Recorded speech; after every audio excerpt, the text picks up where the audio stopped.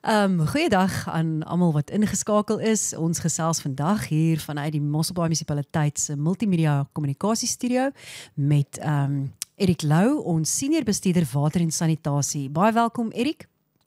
Baie dankie Cornel. Ons gesels vandag oor alle dinge te doen met rioolstelsels en dies meer. So kan jy dalk so vinnig vir ons 'n vinnige oorsig gee oor Mosselbaai se rioolnetwerk? Cornel, ja, ons van die verbruikers af is daar 512 km se gravitasiepypleidings wat die riool vat na 73 rioolpompstasies toe. Van die pompstasies af word dit weer gepomp deur nog 41 km se hoofpompleidings na rioolsuiweringswerke en daar 7 van hulle wat deur die munisipale gebied versprei is. Genigtig mense sal nou nie so as jy na die padoppervlakte kyk, dink dat dit is hoe ingewikkeld die netwerk daaronder is nie. Geen wonder dat dit iets is wat mooi opgepas moet word nie. So, vertel gou vir ons, wat is die doel van die Groen Druppel program? Die Groen Druppel program word deur die Nasionale Departement van Water en Sanitasie bestuur en die doel daarvan is om riooldienste prestasie van munisipaliteite te meet en dan met ander munisipaliteite te vergelyk. En daar's 'n hele klomp goed wat na gekyk word. Ek gaan nou nie in detail ingaan oor alles nie, maar daar word gekyk na kapasiteitsbestuur, finansiële bestuur, tegniese bestuur, terreinassesserings, die gehalte van jou uitvloeisel en so voorts. So dit is baie intens en hulle kyk na baie goeders. Ek gaan net 'n bietjie fokus op kapasiteitsbestuur. Dit is nou die registrasie van die rioolsuiweringswerke by die Departement van Water en Sanitasie en om seker te maak ons het voldoende proseskontroleurs om die rioolsuiweringswerke behoorlik te bedryf. Ons kyk ook, dit handel ook oor die onderhoud van die aanlegte en dan die monsterneming en laboratoriumbestuur. So dit is onder kapasiteitsbestuur. En dan die tegniese terreinassesserings behels natuurlik nou die besoeke aan die riool suiweringswerke en rioolpompstasies, die riool verspreidingsnetwerke. Hulle kyk ook na hoe fisies hoe lyk die suiweringswerke, word dit behoorlik onderhou, sny ons die gras. Hulle kyk na hoe hanteer ons die slyk en dan nou tydens die laaste Groen Druppel assessering wat ek nou die uitslae voor kon kry, was in 2021 het ons 'n algehele telling van 86% behaal. Dis eintlik ongelooflik, jy weet, mense dink nooit daaraan as jy die iets afspoel, dat dit deur so 'n geweldige proses moet gaan wat so streng bestuur word nie. Baie interessant. So, sê gou vir ons, wat is die kapasiteit van die grootste rioolaanlegte wat Mosselbaai bedien? Goed, ek gaan nou net fokus op die 3 grootste rioolsuiweringsaanlegte. Die Hartenbos rioolaanleg, sy ontwerpkapasiteit is 18 megaliter per dag of 18 miljoen liter per dag en ons behandel tans ongeveer 12 megaliter per dag by die Hartenbos rioolsuiweringswerke. Dan die volgende ene is die Pinnacle Point rioolsuiweringswerke. Hy is nou onlangs opgegradeer na 8 megaliter per dag. En ons behandel tans ongeveer 3 megaliter per dag by Pinnacle Point en dan die Grootbrak rioolsuiweringswerke is ook onlangs opgegradeer na 4 megaliter per dag en ons behandel tans net so oor die 2 megaliter per dag by die Grootbrak rioolsuiweringswerke. So ons het daarom voldoende ekstra kapasiteit by daai 3 groot rioolsuiweringsaanlegte. Erik, as ek dalk 'n opvolgvraag kan vra. Ek weet die Pinnacle Point rioolaanleg het ons redelik baie media aangegee en gereelde opdaterings deur middel van foto's. Kan jy net vinnig miskien vir ons sê watter areas bedien hierdie Pinnacle Point? Want ek dink mense raak partymal die mekaar en dink dis net vir Pinnacle Point, maar dis eintlik mos maar net sy naam. Ja, die grootste gedeelte van Heiderand se riool word gepomp na Pinnacle Point rioolsuiweringswerke toe. Mosdastria se riool eindig op by Pinnacle Point rioolsuiweringswerke. Danabaai se riool word gepomp na Pinnacle Point rioolsuiweringswerke en natuurlik dan nou Pinnacle Point self ook. En dan gedeeltes van klein gedeeltetjies van Asla en Kwankwaba se riool eindig ook daarop. So die Pinnacle Point bedien 'n groot area, sy naam is net miskien 'n bietjie verwarrend, dis definitief nie net Pinnacle Point se riool wat soontoe gaan nie. Dankie, want ek weet ons het al voorheen by tye daardie vraag gehad, so baie dankie dat jy daar uitgebrei het. Dan net so vinnig, ons het nou gepraat oor Mosdastria, wat mos nou maar 'n nywerheidsarea is. So benodig nywerhede permitte vir die storting van uitvloeisel in die munisipale rioolnetwerk en watter tariewe word tans hiervoor gehef? Ja, Cornel, definitief. Ja, nywerhede kan nie net sommer soos enige ander residensiële huishouding hulle afvalwater in die rioolnetwerk stort nie. Hulle het 'n spesifieke permit nodig en 'n permit is net geldig vir 12 maande en dan moet hulle dit weer hernie want prosesse by die nywerhede kan verander, hulle uitvloeiselgehalte kan verander. So wat ons doen is die munisipale amptenare neem gereeld monsters van die uitvloeisel om te bepaal wat is die gehalte en of hulle nog voldoen aan die permit vereistes en dan indien die uitvloeisel nie volgens die permit vereistes is nie, dan sal ons hulle opdrag gee om die nodige regstellings te maak en dan gaan ons nou weer uitgaan om dan seker te maak dat hulle wel aan die permit vereistes voldoen. Die industriële uitvloeiseltariewe is gekoppel aan die kwaliteit van die uitvloeisel. So hoe swakker die gehalte is, hoe hoër is die tarief. So ons wil nie hê dat hulle swak gehalte riool moet stort in ons riool netwerk nie, maar as dit wel gebeur, word hulle basies maar gepenaliseer daarvoor. Wat heeltemal dan net sou sin maak. Nou, waar rapporteer inwoners waterlekkasies of rioolverstoppings? Inwoners kan dit rapporteer by die tegniese departement. Daar's dames daar teenwoordig gedurende normale kantoorure. Ons tegniese afdeling se direkte nommers is 044 606 5262 of 044 606 5282. En dan natuurlik na ure gaan die oproepe deur na die beheerkamer toe. Dit is die 044 606 5000 nommer. Hulle kan ook 'n e-pos stuur aan admin@mosselbay.gov.za of 'n SMS na 44802. En dan, dis nie meer so nuut nie, maar ons het mos nou ook die Collaborator of Collab Citizen app, waar mense ook klagtes kan log, wat ook dan weerkom na ons toe, en die app is ook die munisipaliteit se manier om dan inligting terug te stuur na die mense toe wat wel gebruik maak van die app. Het is interessant dat jy dit ook noem, uit die aard van die saak, omdat die bestuur van water so belangrik is enige lekkasies en barspype is natuurlik prioriteitsklagtes wat dringend hanteer word deur die munisipaliteit. Ek sien gereeld die mense laat nagte nog werk aan hierdie tipe van verstoppings of probleme wat ook al in die netwerk kan plaasvind, barspype en dies meer. Wat is die grootste oorsake van rioolverstoppings en stortings? Een van die hoofoorsake is opsetlike skade aan die rioolnetwerke of vandalisme. Wat gebeur is, mangatdeksels word doelbewus oopgemaak en dan word groot voorwerpe in die rioolstelsel ingegooi en dit veroorsaak dan blokkasies. Dit is vir ons 'n groot probleem en soos ek sê, dit is doelbewus. Dis dat die voorwerpe wat ons uit die rioolpype uithaal kan op geen ander manier daar opeindig, behalwe dat dit doelbewus in die rioolnetwerk ingegooi is nie. Die munisipaliteit het tydens die 2024-2025 finansiële jaar 1960 rioolblokkasies oopgemaak. Ook wanneer items soos babadoeke of papierhanddoeke of watte selfs in die riool afgespoel word, breek hulle nie op soos wat toiletpapier opbreek nie, en dan pak hulle saam en dan vorm dit ook blokkasies.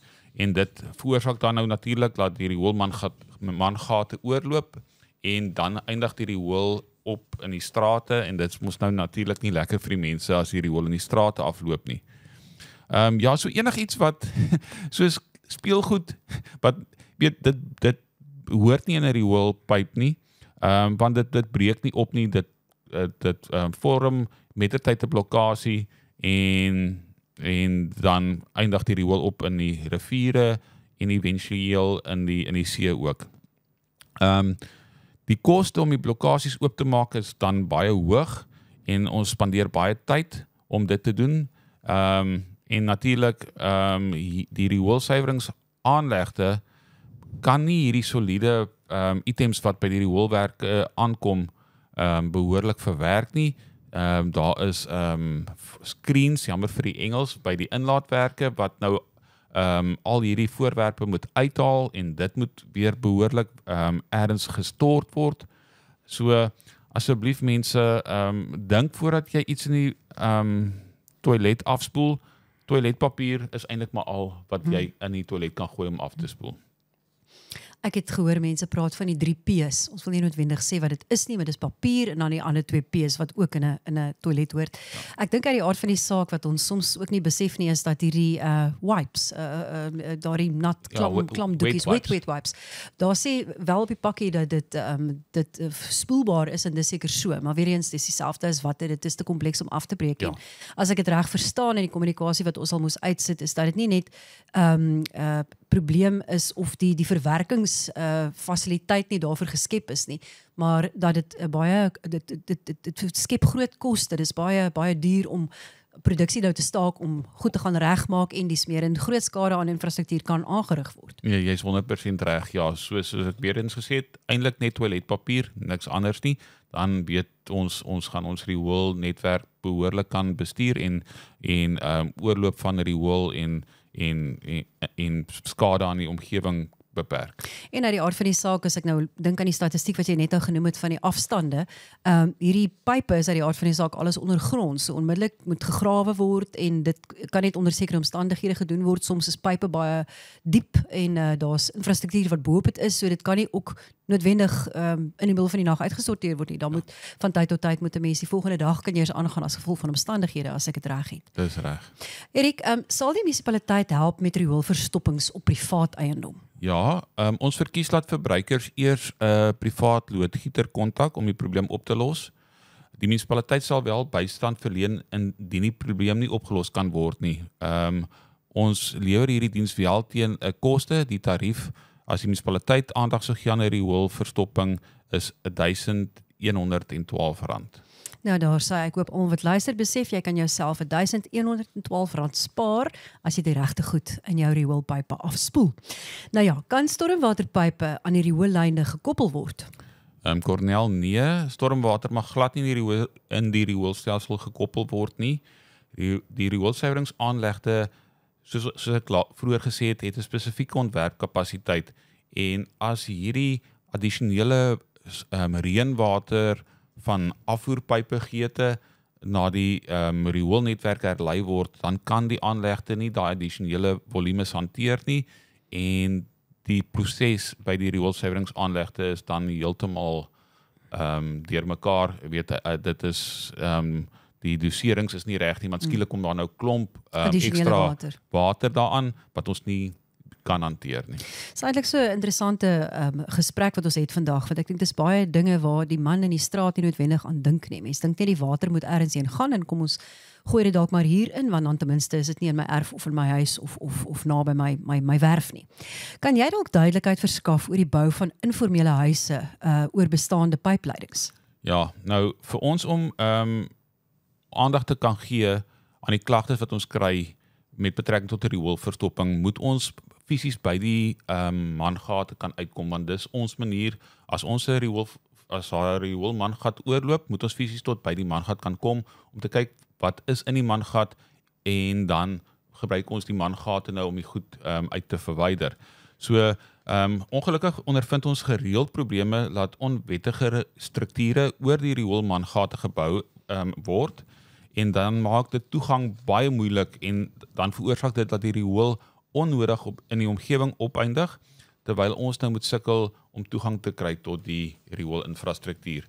So die bou van informele huise oor enige munisipale pypleidings is 'n oortreding in terme van ons waterdienste verordeninge, en waar ons bewus raak daarvan, gee ons kennisgewings uit, om die mense bewus te maak, hulle is bo op 'n riool-infrastruktuur, en dat dit vir ons probleme veroorsaak en dat hulle moet poog om die informele struktuurtjie nou maar te verwyder sodat ons behoorlik kan toegang kry tot die rioolmangate. En natuurlik ook dink ek belangrik om te onthou dat daar word struktuur patrollies gedoen deur die wetstoepassers, munisipale wetstoepassers, maar ons kan ook net binne die raamwerk van die wet optree. Nou, misdrywe ingevolge die einste waterdienste verordeninge, verduidelik bietjie meer daaroor. Ja, so enige persoon wat die munisipaliteit belemmer of verhinder in die uitoefening van die funksie of pligte in terme van ons verordeninge is skuldig aan 'n misdryf en ook enige persoon wat met munisipale toerusting in die watervoorsieningsstelsel of die rioolstelsel peter is skuldig aan 'n misdryf. En dan kan jy 'n boete jy gaan 'n boete moet betaal as jy skuldig bevind word. So asseblief moenie ons belemmer, soos ons nou sê met die strukture bo-op hierdie riool-infrastruktuur nie, moet ook nie peter aan 'n riool-infrastruktuur soos aan die mangat om hom oop te maak en iets aan te gooi nie. Dieselfde met watervoorsiening, moenie gaan peter aan jou munisipale watermeter nie. As jy gevang word, het jy probleme. Ja, jy het probleme en jy het probleme. Ja. Wat gebeur met die behandelde water wanneer dit die rioolaanlegte verlaat? Okay. So die munisipaliteit het 'n permit om die behandelde of gesuiwerde rioolwater in die rivier te stort.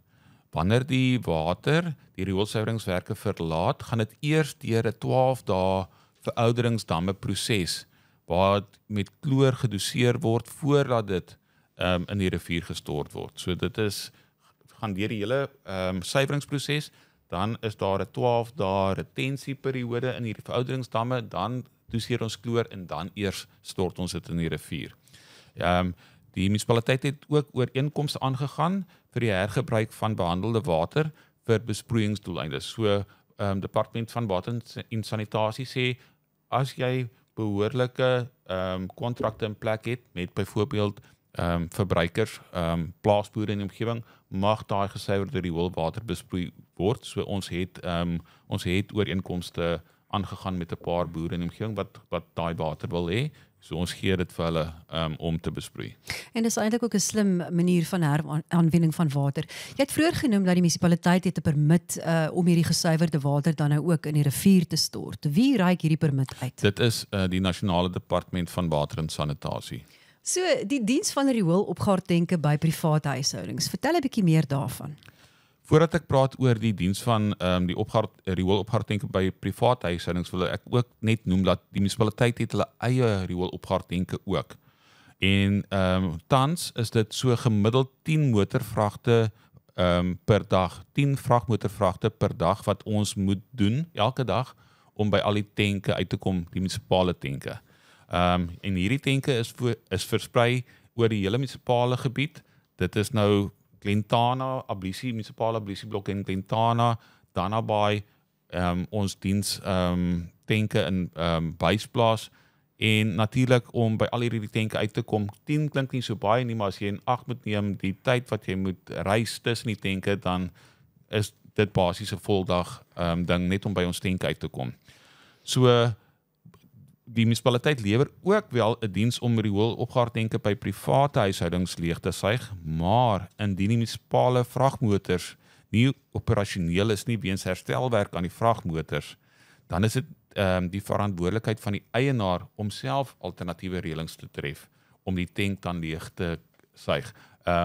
Ons gaan heel eers ons eie tenke prioritiseer, 10 'n dag, en dan sal ons die privaat tenke daarna prioritiseer, maar vragmotors moet ingaan vir herstelwerk en dan kan ons ongelukkig nie by die privaat tenke ook nog uitkom nie. Ja, dit maak sin, want mense dink byvoorbeeld aan Glentana wat Desember tye baie besig is as 'n Blouvaagstrand en mense wil nie daar 'n ablisieblokkie wat om een of ander rede oorloop as gevolg van die munisipale tank wat nie gediens is nie. En as ek net so in my kop dink vinnig Glentana tot Buysplaas, dis nogal wyd. En die pad Buysplaas toe is nie 'n noodwendige teerpad nie, dis 'n grondpaadjie wat nogals 'n redelike navigasie ek sou reken verg wanneer 'n mens met so 'n tipe van vragmotor ry. So, ons het gesien die afgelope tyd was daar heelwat olie en brandstof wat in die rioolsuiweringswerke beland het.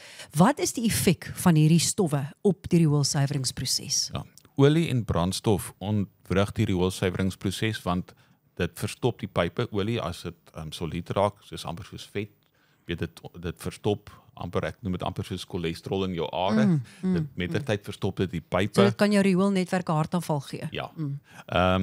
Die suurstof vir die mikrobes word verminder as daar olie en brandstof in die rioolnetwerk en in die suiweringsproses is. Die biologiese aktiwiteit word ontwrig en dan veroorsaak dit onaangename reuke en skuim in die proses. En dan al hierdie goed beïnvloed op die einde van die dag dan die gehalte van die finale uitvloeisel wat in die rivier beland. En dan is dit nadelig vir die omgewing en vir die dierelewe. So olie en brandstof is 'n no-go. Asseblief moenie dit in die rioolsuiweringswerke of in die rioolnetwerk stort nie. Daar is, ek dink daar is kontrakteurs wat kan kom en dit by jou perseel kom optel en dit dan behoorlik daarmee wegdoen. Maar moenie dit in die rioolnetwerk stort nie. En sover ek weet is daar ook van ons oorlaaistasies wat hierdie fasiliteit bied waar 'n mens olie kan gaan aflewer. Die huishoudelike olie, maar nou nie noodwendig besighede kan van kontrakteurs gebruik maak. Dis reg. Erik, baie dankie vir die baie interessante en insiggewende gesprek. Mense sou nou nooit eintlik kon dink, riool, dink ek is vir ons almal maar iets wat ons net maar te bly is om van ontslae te wees. Ons wil graag dalk net vir jou vra, as mense enige vrae het oor spesifieke kwessies, herhaal net weer vir ons die kontaknommers. As mense met julle departement in kontak wil kom oor enigiets wat dalk vir hulle sou kwel, of 'n probleem wat hulle het, of iets wat hulle dalk wil vra, hoe hulle dit beter of anders kan doen. Goed. Gedurende kantoorure is daar 2 nommers wat geskakel kan word, 044 606 5262 of 044 606 5282. Na ure is dit 044 606 5000 of 'n e-pos na admin@mosselbay.gov.za of 'n SMS na 44802. Erik, baie dankie. Ook net aan ons wie ook al vandag ingeskakel is, herinner dat die vinnigste manier is maar om te skakel. Wanneer jy 'n e-pos na admin stuur, kan dit 'n dag of wat vat om geantwoord te word, omdat dit nog steeds na 'n spesifieke departement toe moet gaan. Erik, baie dankie dat jy met ons kom gesels het vandag en sterkte, hou maar daai lyne skoon. Baie dankie, Cornel.